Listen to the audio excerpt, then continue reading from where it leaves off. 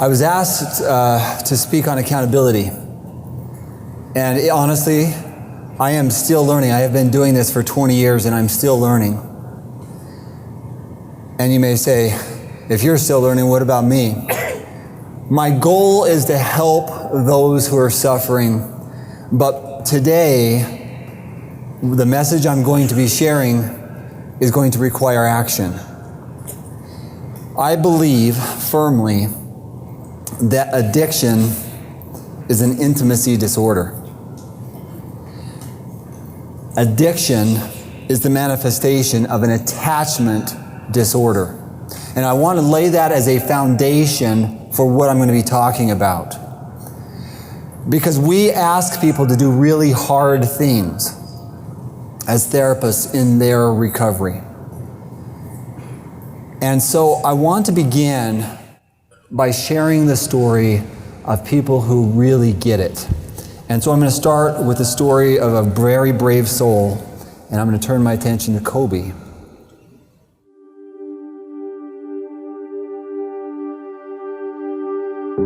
I was talking with Ashlyn one night, and I said something that I didn't know I was going to say. I said, I'm proud of who I am. And I knew that I turned a huge corner. I'd be proud of things that I'd accomplished, but I was never proud of who I was because my addiction would not allow me. It robbed me of my self-worth.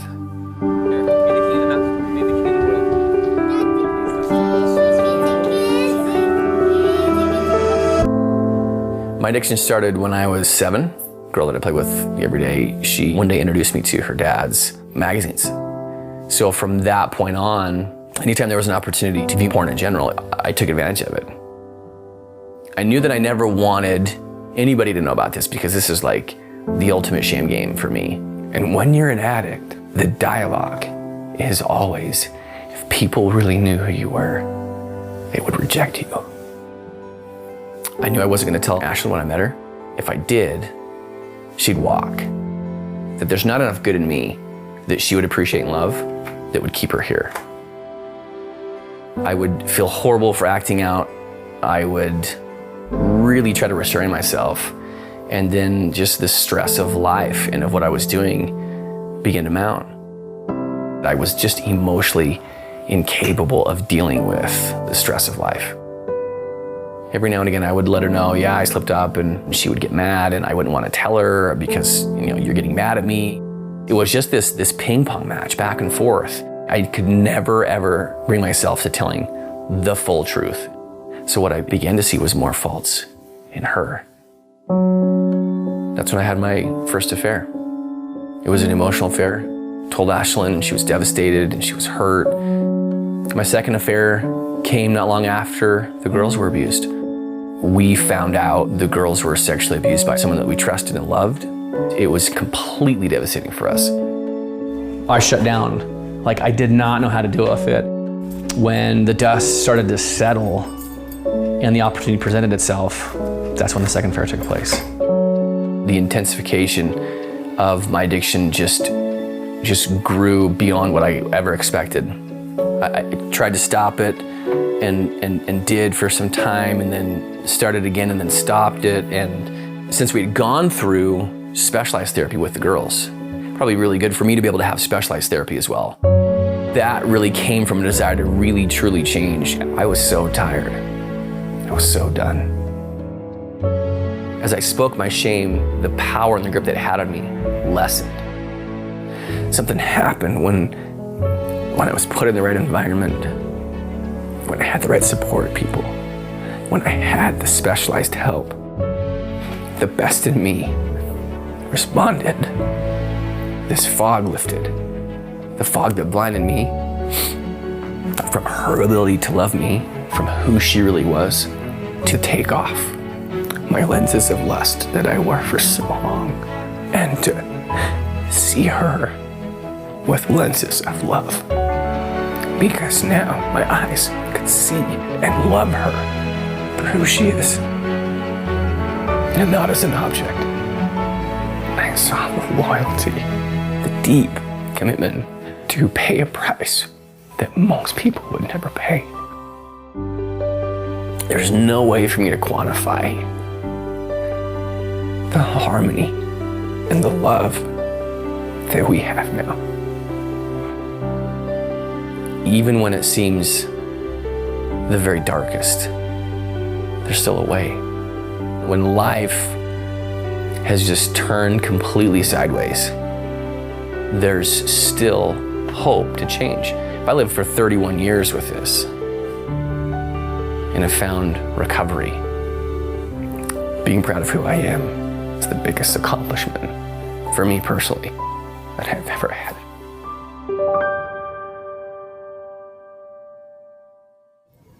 A few months ago when Kobe came to our office, he said, we want to share our story. And we have Bloom for Women, which is our educational arm, and our desire was to share the story of people who are doing what works. And after watching this video, I thought, I've got a lot of questions that need to be asked. And I'm going to talk about Kobe's story. I have more videos that I've done asking him specific questions that talk about how did he get there. We just showed you the end result, but how did he get there step by step? How did he get to the point where he is today? You don't just get there. There are actions that are taken to get you there, and that's what I want to share. The role of accountability. I'm going to go back to where I started. If addiction is a manifestation of an attachment disorder, accountability is one of the ways that we work to overcome our attachment problems. So today I'm going to talk about 6 key points. The first is 5 principles that are based on real recovery, or behind real recovery. The second is 5 ways to build recovery capital. Then I'm going to talk about what accountability has to do with recovery. And then I'm going to talk about the difference between flying solo and having a wingman. Then I'm going to turn my attention to 7 steps for effective accountability. And I'm going to conclude with the role of accountability partners and how they can aid in the healing and the recovery process. So what are the principles behind real recovery? Jeff Stewart, who just presented, he talked about this process. And anybody who believes that they can take a drug and get over this one, or simply do something easy and they'll be done, is most likely to be let down.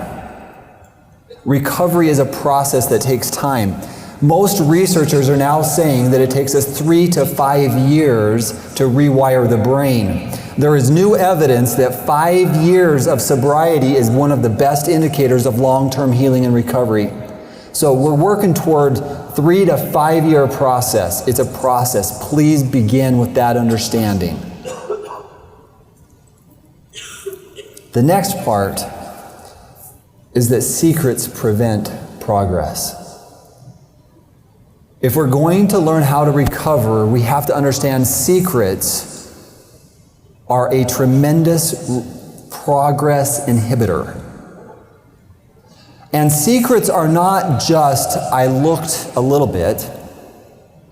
Secrets are behind our mental mind. The secret fantasy that continues to go in the mind. The little justification that it's okay to look a little bit longer. The chemical bath that occurs with fantasy is also a secret that in real recovery is discussed and talked about. Next, we understand that structure prevents relapse. What I mean by structure is having the support team, accountability, filters, emotional regulation, and things that I'm going to be talking about. Real, honest recovery requires structure. And most of the research in addiction recovery discusses it being a process. That structure, the foundation, is something that is established because most recovery is not something that is done willy-nilly. It is done on purpose and intentionally. So when we ask people as clinicians to do specific things, it's not because we think they are good ideas, it's because there's good evidence that if these things are happening, we can forecast outcomes. Imagine being able to forecast your outcome to recovery and healing. That's what we are trying to work towards. We have so little evidence in sexual addiction recovery because we are just finally acknowledging it as a problem. But we know from alcohol and drug addiction recovery that there are specific things that can be done, and that's the structure that we're trying to put around the recovery process. One of those elements is building a support team.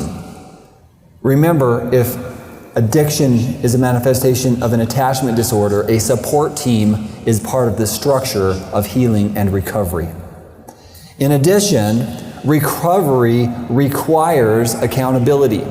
I cannot think of a single instance where I have seen someone succeed where accountability is not a part of their healing process. So when I talk about accountability, I want to emphasize some very important things. Accountability is not just something where we say, now just go get someone to talk to. Accountability is a long-term relationship. And when we ask people to be accountable, really what we are saying is we want you to learn how to have healthy, intimate relationships. That's why addiction is the manifestation of an attachment disorder. Now, because we are so slow in acknowledging pornography and sexual addiction as a culture, we are now starting to look at other research, drugs and alcohol outcome research in particular, to say what works in drug and alcohol. And imagine with me that we're talking about capital. You're going to the bank and you're going to make a deposit, and you're going to put money in the bank. When individuals are consistently acting out, they have very little capital in the bank. Oftentimes, they may be in debt. Recovery capital are the things that we build around us, that structure, to help us succeed. So imagine that we're putting this stuff in a bank and we're building up the capital. So when the storms come, not if, but when the storms come, we are prepared for the storm. So recovery capital begins by developing effective social support. A recovery team is what we're going to learn. Social support includes accountability partners, religious leaders, neighbors, and friends who can be involved in your healing. This is not my suggestion. This is what the researchers have found. So when we talk about recovery capital, these are the things that the researchers say are being done by successful people in recovery. This is what works. We're not guessing, we're saying this is what works. The next is finding spirituality. If you look at the research data, the people who are most likely to succeed are healing their fracture wounds with God and nourishing their inner spirit and soul for healing. Addiction often creates a relationship fracture with a higher power. So when we ask individuals to go to 12-step groups, if they have a belief that God does not care, does not love them, who has abandoned them, we may have to begin by dealing with the relationship fracture that was established in the addiction or earlier life experiences where they were traumatized. Healing that wound is one of the things that shows up in the recovery outcome studies of what works. Next is they have to find meaning in their healing and recovery. Good researchers are finding that only with purpose do people start taking the steps that we ask them to take. What is the purpose of a person's healing and recovery? Why would they do it? Why would they put their energy into healing and recovery? And the answer is that they have a specific meaning. It may be for personal reasons initially or for other reasons secondarily. My spouse, I'm doing it because I don't want my spouse to divorce me, or it may be because I don't want to see that look on my wife's face again. Regardless of the reason, there has to be a meaning. That meaning almost always ends in I want to be a better man or a better woman because I am better than this. I am better than this. Researchers also find that 12-step affiliation is an effective tool in long-term successful outcomes. These are all recovery capital skills and tools.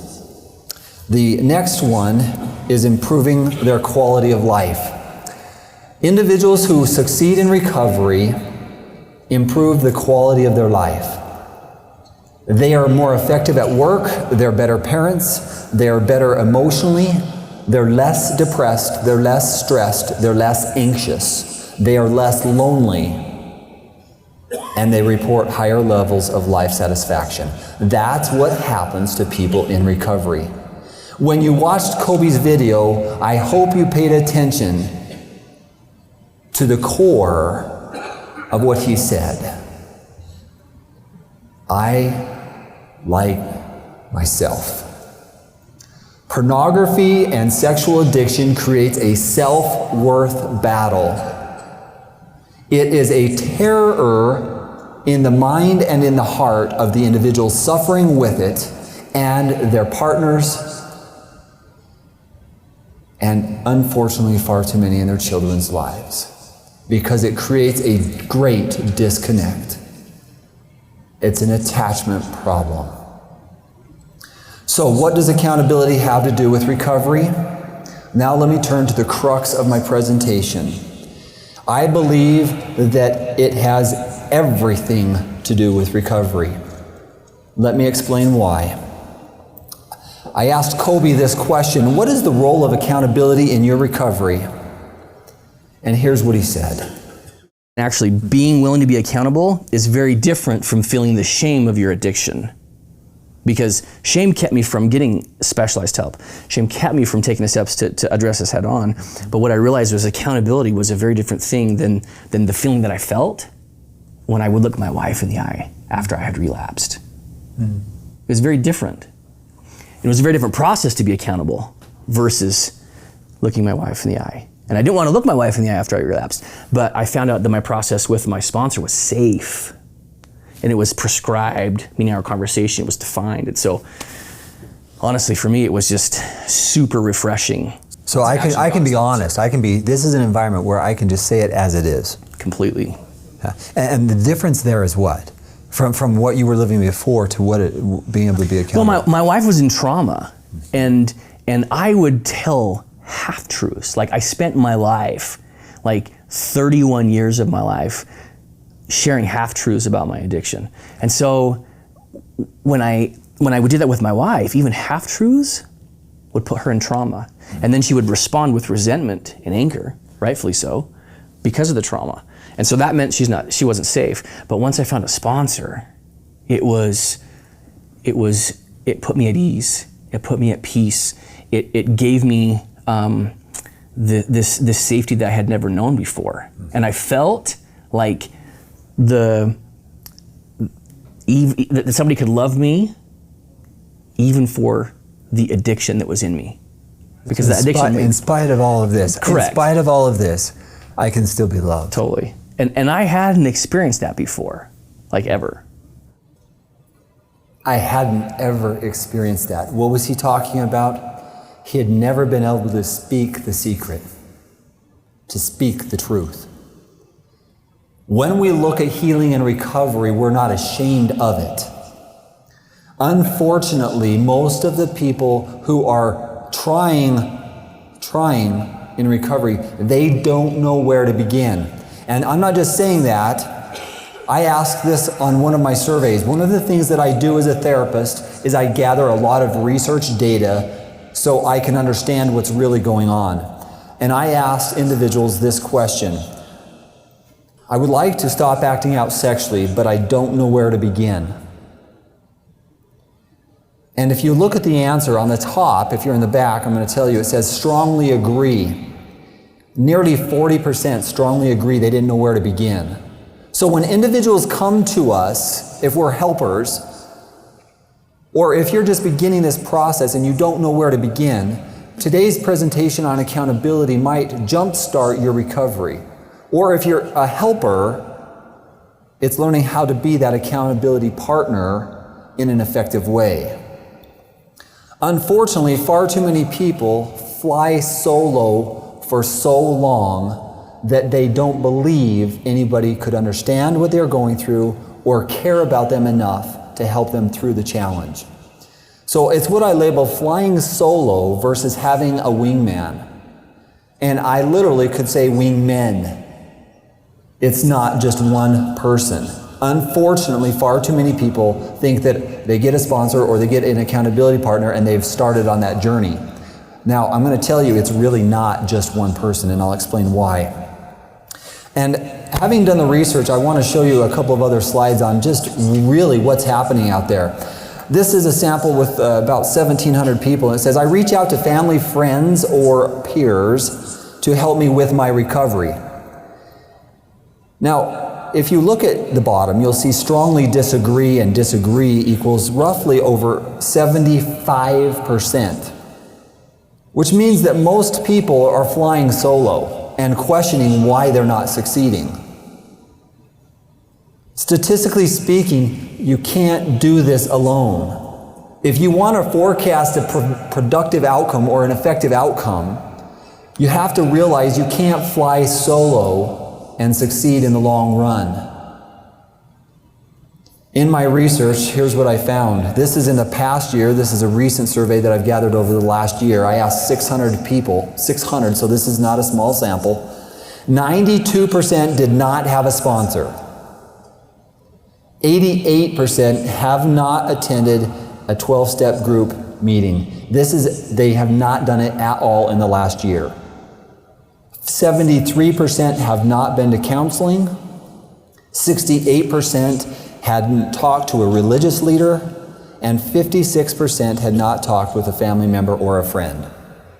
So when people say, nothing's working for me, probably it's because they're trying to do it on their own. So my research says way too many people are not reaching out, they're not being accountable, and they're trying to figure out how to do it on their own. But I need to make a really important point here. When we ask people to be accountable, we're asking them to trust someone, including ourselves, someone who is safe. You'll notice in Kobe's story where he said that he told her half-truths. Individuals trapped in addiction tell half-truths because they don't know how to deal with their emotion of their spouse who's hurting deeply because of betrayal trauma. So being accountable to somebody who is safe is absolutely crucial. If that cannot be the spouse initially, it needs to be somebody who can be safe. Now, I'm going to emphasize that in a minute, but I want to go on to a slide real quick. This is just another way of manifesting or showing how few people have sponsors. Then the one on the top, strongly agree, is basically they're doing it weekly. Most people do not have a sponsor, and most people are not attending 12-step groups, attending counseling, or talking with a sponsor. That's just what the research shows. So I asked Kobe these questions, 5 questions, and he's going to share his answers. What role did a group support have in your healing process? What role did a sponsor have in your recovery process? When you first started in the recovery process, how did it feel when you were asked to get a sponsor? What motivated you to reach out for support? And how hard was it to reach out for help? I want you to watch his responses and think about this in the process. Remember the first video we watched where he was at and how he's doing in the healing and recovery process. But watch how he went through this process. I do not assume in any way that accountability is easy. Nor should you. Because most people seeking help with an addiction have been hurt deeply in the past and have attachment fractures or problems with trusting people. We cannot mitigate or diminish the suffering that the addict went through with relationship fractures in their healing. If we do so, we are asking them to do something that is nearly impossible. We're asking them to attach with people with whom they have no trust. And we are not biologically designed to attach to people with whom we do not trust. So what does Colby have to say about those answers? So you go to specialized help. You're there, and somewhere along the line, something happened inside of you that said, maybe I can do this. Can you walk us through that process? I think because I was in that environment of getting specialized help, my apprehension and my fear subsided in a significant way, to where the addict in me, the negative self-talk, that self-sabotage, that took a back seat. Okay. And so over time, the desire to work recovery grew, and because I was safe and I trusted the process, then the self-sabotage and the negative self-talk began to subside. Okay. Let me walk through this then. So I'm now in a safe place, but they're asking me to do stuff that may maybe be very hard for me. Sure. Go get an accountability partner. Sure. Go get a sponsor. Yeah. What was that like in the beginning for you? So, honestly, what was that like? I guess I was just, because I felt safe, I had less fear about the next step. So the next step was getting a sponsor and attending SA in addition to specialized help. And once that was suggested and really was kind of framed like, if you really are serious about this, Colby, this would be the next step. And I was just willing to trust the process because they were safe for me, because specialized therapy was safe for me, and because I had surrounded myself with a small network of people that love me at my worst. I was willing to trust the process. And the next step in that process was finding an accountability, finding a sponsor. And how hard was that for you? It wasn't. I Googled where SA was, I found a meeting, and I showed up, and I'd kind of put it out there. Like, kind of put it out there to the universe saying, okay, my next step is to really get a sponsor. So went to group, saw an individual who put yes, they're willing to sponsor, talked with them afterwards, and they said they were willing to do it. And the cool thing was that person had never sponsored anybody before. And that was their first day being a sponsor. And that individual is still my sponsor, which is cool. So it's kind of like everything lined up when I was ready. Do you see the process there? He's getting help. He's attending a 12-step group. He has an accountability partners, and he has a sponsor. Do you hear the ands in there? It's not one or the other. It's multiple things. The recovery capital process. Multiple things. When you pay that kind of a price, you get the forecast that you want, the outcome that you want. So the next question I asked him, so what actually helped you turn the corner and realize that accountability was a game changer for you? I can just hear people saying, well, I did go to 12-step groups. I did have a sponsor, and it didn't work for me. Somewhere you were checking the boxes, and then it stopped. You weren't checking boxes anymore. You were engaged in a recovery process. There was a shift there. It was accountability. I was not willing to be accountable when I went to 12-step the first time. And when I really decided to get specialized help and attend 12-step, it was absolutely accountability that helped me to make progress. What do you mean by accountability? Again, the first time around, I was not willing to be accountable when I went to 12-step for anything. I went, talked with guys that had good dialogue and so forth. But when I did it the second time, I was willing to be accountable for a specific list of items with my sponsor. This is how I'm doing emotionally. Yeah. This is what I did in my dailies. These are my bottom lines, and this is how I did with my bottom lines today. So you're talking, and these are my triggers as well. And these are my triggers. So I'm owning every aspect of those elements. Correct. accountability was kind of a rote process for me at first, because I was just getting used to checking the boxes, understanding how to do it. My intention was very different than the first time I went to 12-step, but by going through the list of items that I need to be accountable to, over time, I wasn't checking boxes anymore, but I was really processing on what my emotions were for the day. And so it was able to give me hindsight. And my sponsor, which was super key, guided me through the process of connecting dots between, here's the stress that you felt today, and this is why you slipped. You felt anxious and worried and fearful about this, and this led to breaking this bottom line. So you're talking about using someone else's brain when you couldn't see it. Oh, thank heavens I had one. Someone else's brain. That's exactly how it executed.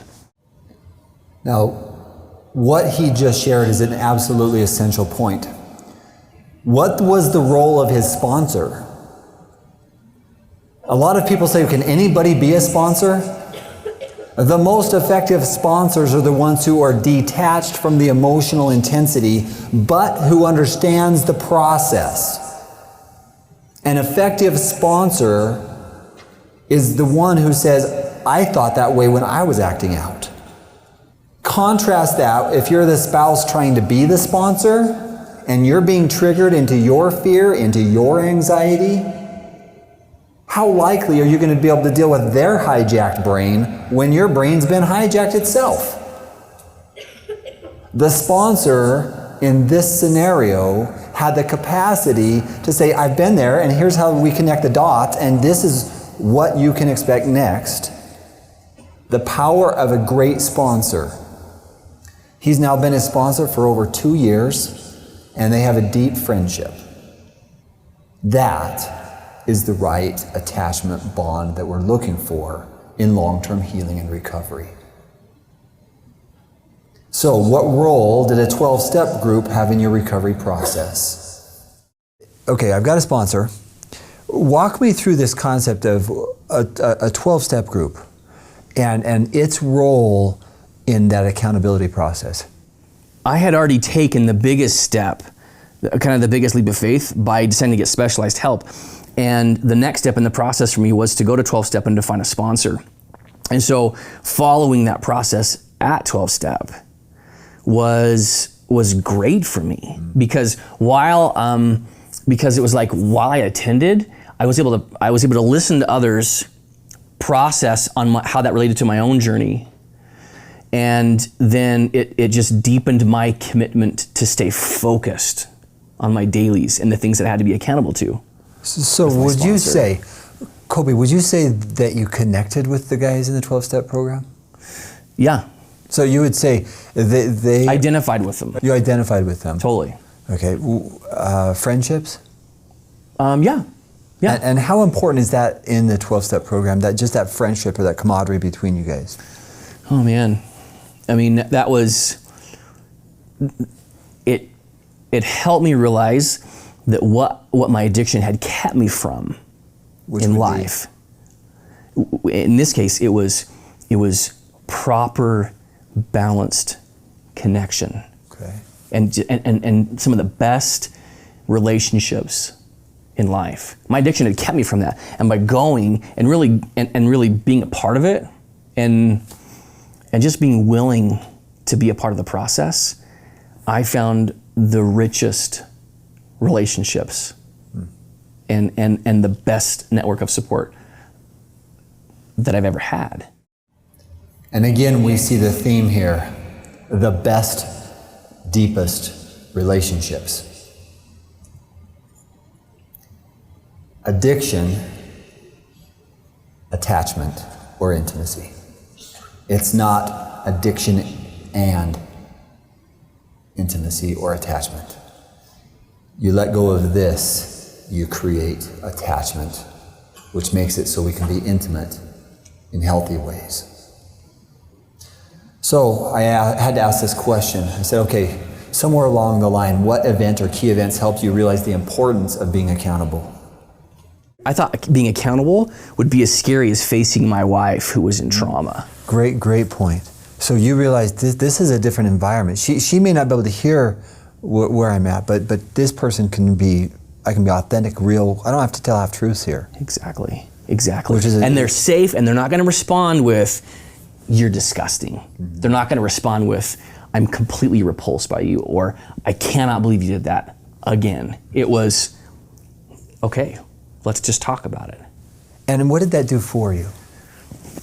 It propelled me down the road of recovery, and it gave me an opportunity to actually process on what I was actually feeling versus responding to someone's disdain. How do I respond to her in a way that she's not going to disdain me?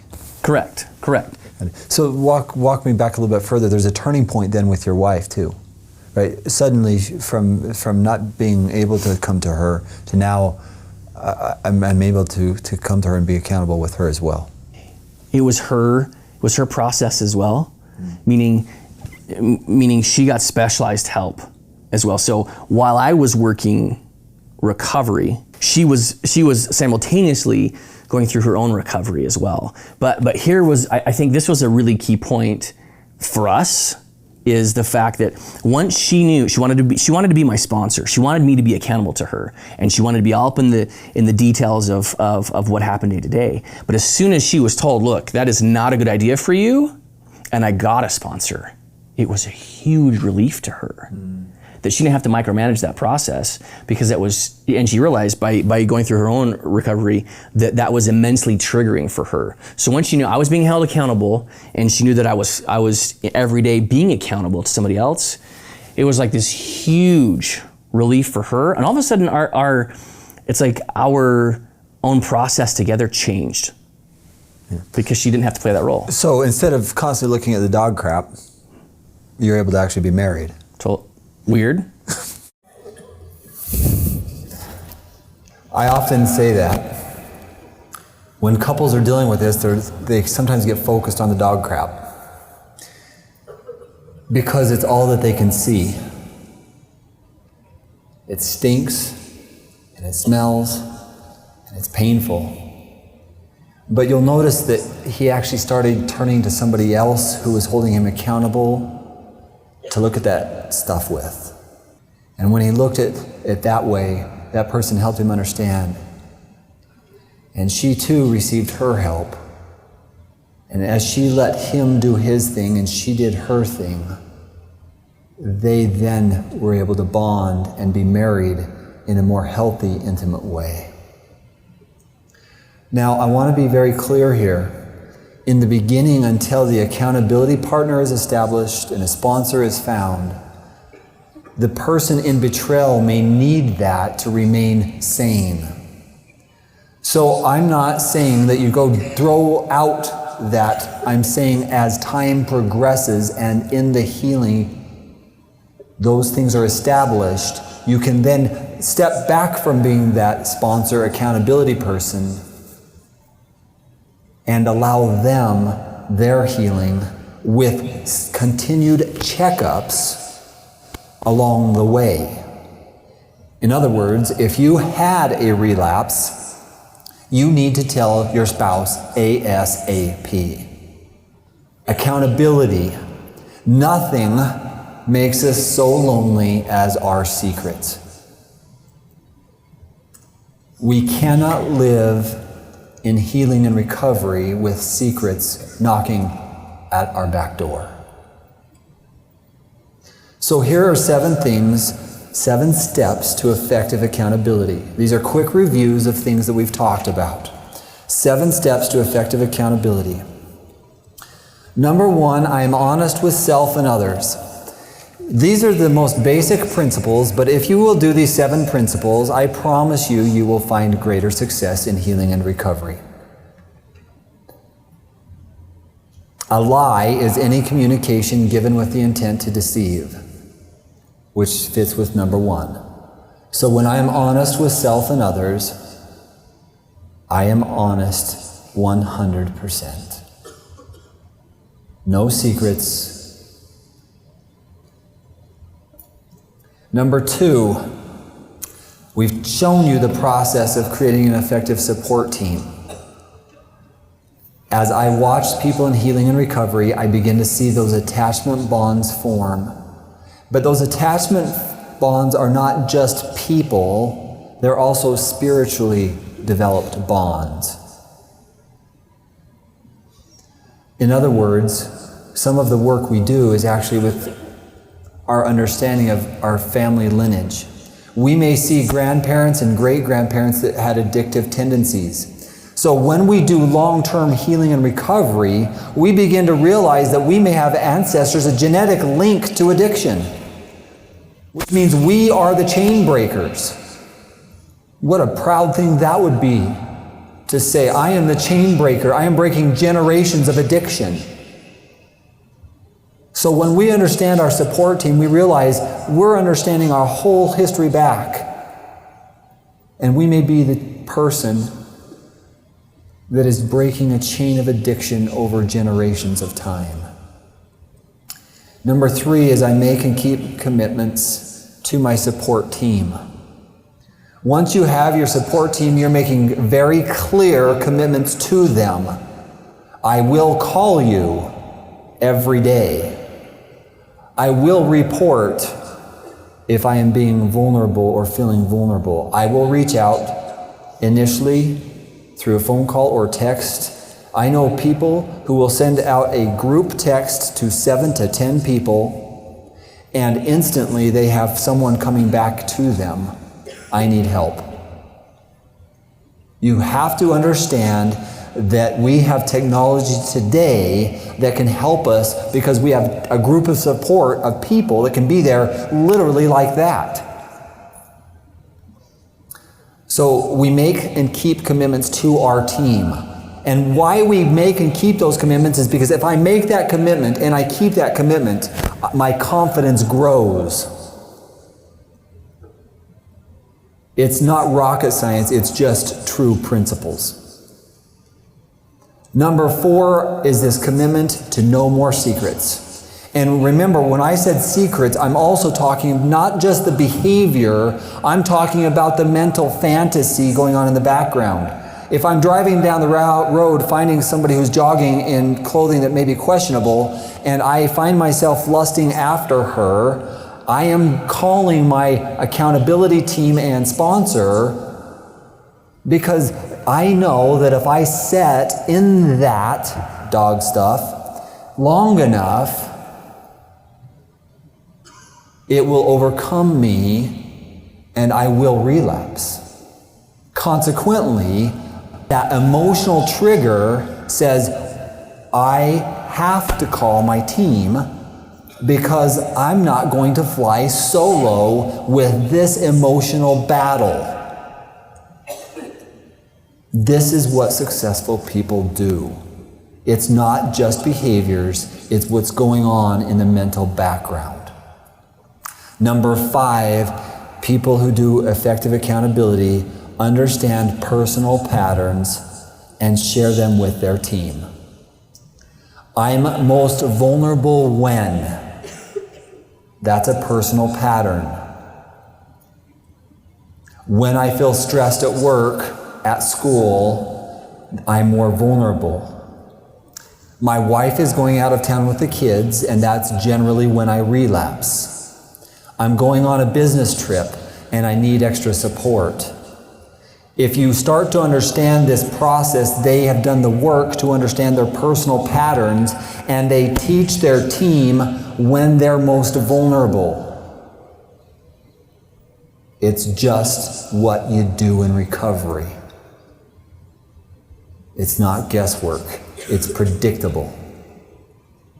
Number 6, moments of vulnerability, we reach out no matter what. It's not justifying it. It's not, it's too late at night, everyone's asleep. If I'm vulnerable, I reach out no matter what. You're flying solo, you're being strafed by the enemy's bullets, and you're saying, it's too late to call my wingman. No, you're being strafed and you need your wingman or you're going to be shot down. And you don't want to be a prisoner of this war. You don't want to be a prisoner of this war. It's not worth it. The battle matters. Our self-confidence matters. Our healing matters. So when I reach out, I say, I need help. Because I don't want this anymore in my life. Because I matter.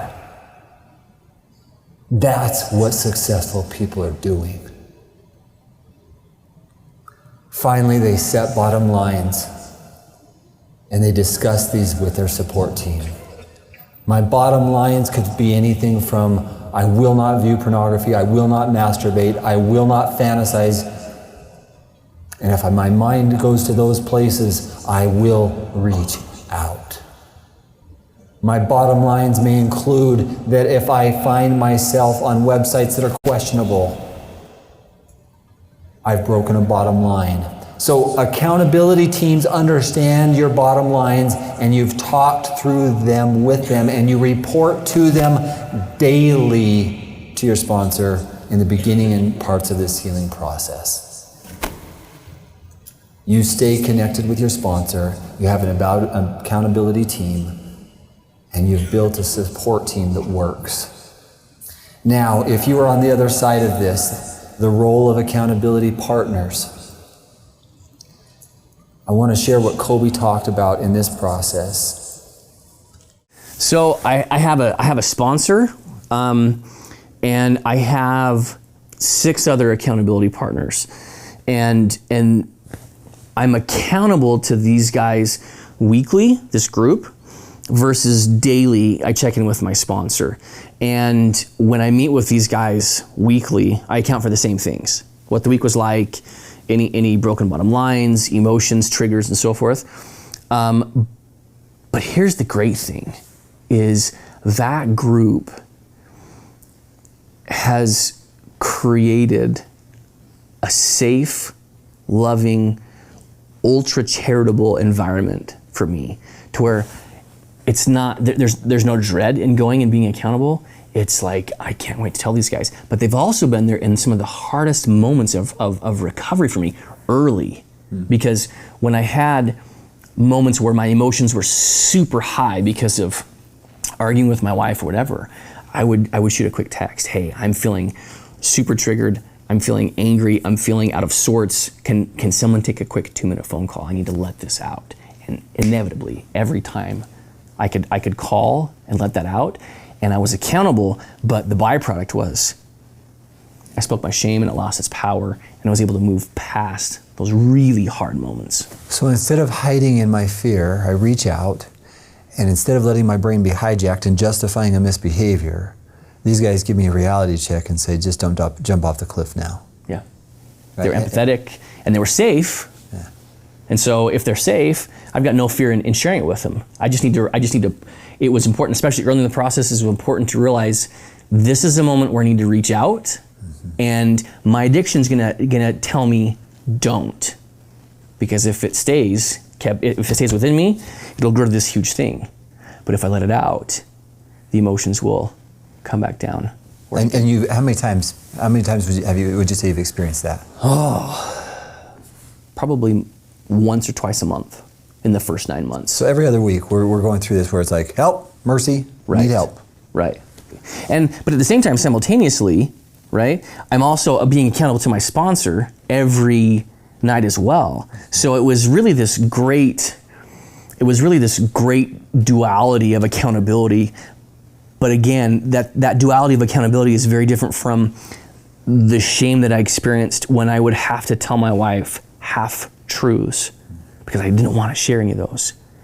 But in this place, with having the group and having my sponsor, I was safe, I was loved no matter what, I was never judged, but it was just someone willing to listen and someone really just willing to help me process that moment or those emotions. And that was super key. That accountability was super key for working recovery. That's the process. Now, if you're the accountability partner, I want to talk about 6 or 5 specific things, and I'll give you a 6th in a minute. The first is we need to seek understanding. If we're going to help somebody, remember I started off with the premise that we're trying to help them create healthy attachment in the relationship. And in order for that to occur, we have to have a deeper understanding of what's really going on in their lives. We need to seek a deeper understanding. And I'm not just talking about, let me understand. I'm talking about, really what is going on, the daily stressors. So when we talk about understanding, I talk empathy, I talk compassion. That's what we're trying to get to. In order for you to do that, you have to build their trust that you will be there for them. Think about it. In the first 9 months, he was reaching out at least every other week. And the people in his support team, his accountability partners, were texting back within minutes. If you are the accountability person and you can't be that available, then you may not be able to fill that role. That's why you have to have a team of support, not just 1 or 2.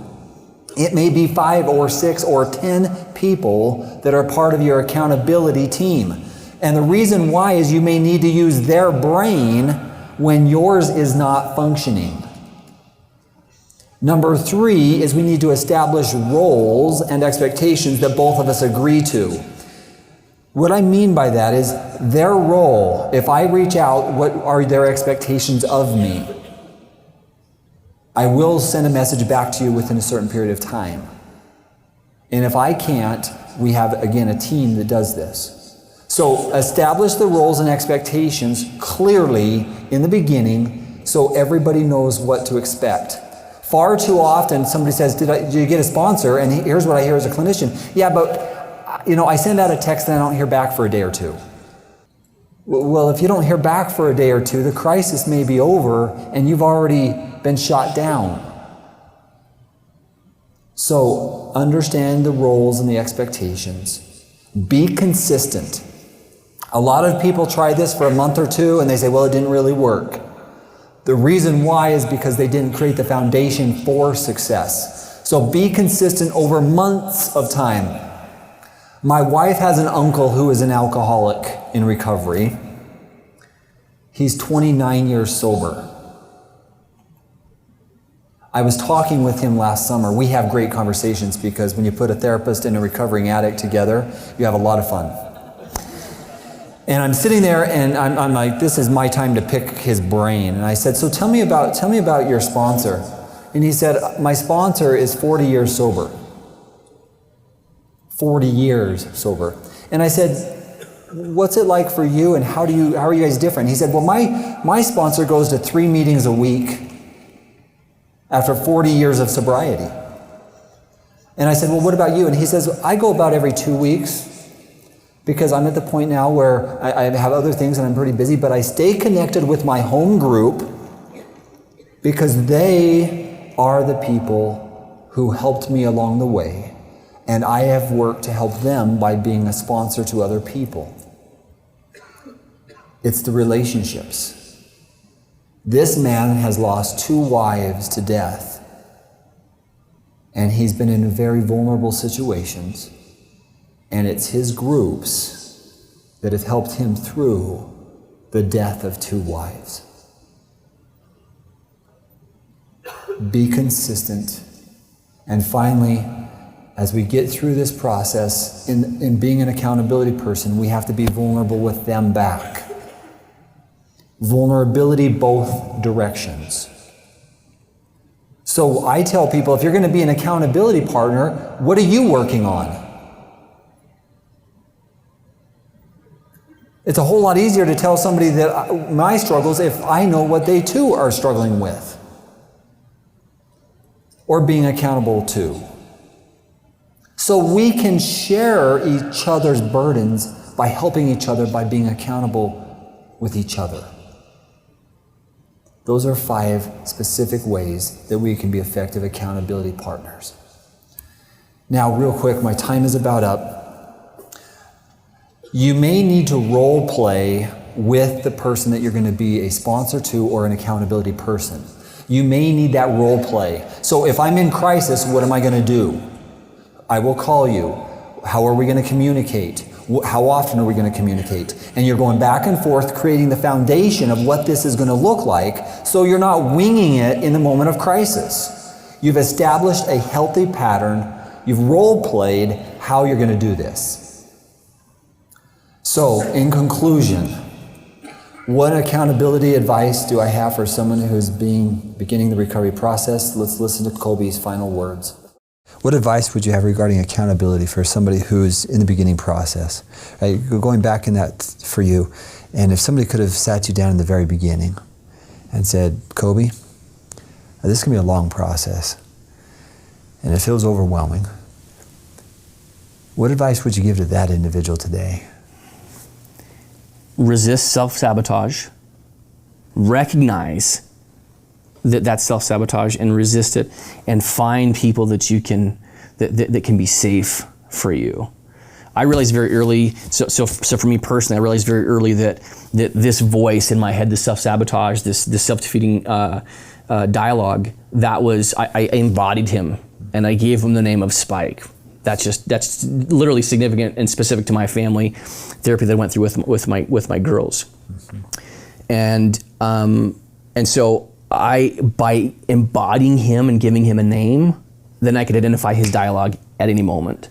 And so my point is to those guys just starting the process, is like my journey started in the same way where I was super fearful, but once I could recognize Spike's dialogue, which was to resist the steps of recovery, resist accountability, resist specialized help, resist 12-step, then it was easier for me to say, this is exactly what I need to do, and I need to trust the process, because once I committed and I went and I was willing, I found safety. Mm. So for me, it was just this decision point to say, I'm gonna find safety because they're gonna understand me, and no one's gonna judge me. Hmm.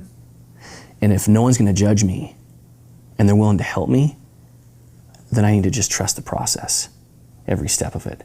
So to the guy out there who's just starting, it's take the leap of faith, because you're gonna find safety. And if you find safety, then your fear or Spike, that voice will subside.